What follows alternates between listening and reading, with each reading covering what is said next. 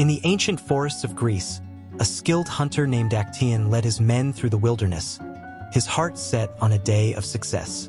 Little did he know that this hunt would lead to his downfall, not at the hands of beasts, but from the wrath of a powerful goddess. This is the tragic story of Actaeon, the hunter who dared to see what no mortal was meant to witness. Actaeon, the son of the herdsman Aristeus and the river nymph Autono, was a skilled and respected hunter. He had spent his life mastering the art of the hunt, and on this fateful day, he sought only the thrill of the chase. But fate had other plans. The sun was high in the sky as Actaeon and his hunting party ventured deeper into the wilderness. As the day wore on, Actaeon found himself separated from his companions, his hounds racing ahead. Alone, he wandered farther than he had ever gone before, into a secluded part of the forest that few mortals had ever seen.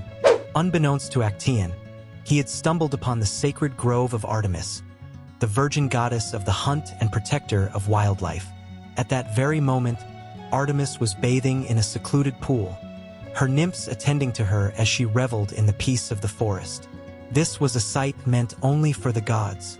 In a twist of cruel fate, Actaeon's eyes fell upon the goddess at her most vulnerable. Though he did not intend to, he had committed an unforgivable offense. He had seen Artemis, the chaste and powerful goddess, in her sacred privacy. Artemis, known for her fierce independence and her vow of eternal chastity, was enraged.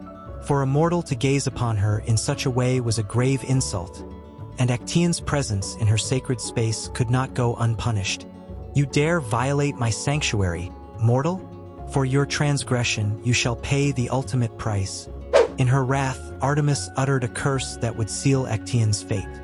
His body twisted and contorted as Artemis transformed him into a stag, a majestic creature of the wild, but one that now embodied the prey he once hunted. Actaeon, now trapped in the body of a stag, was stricken with terror.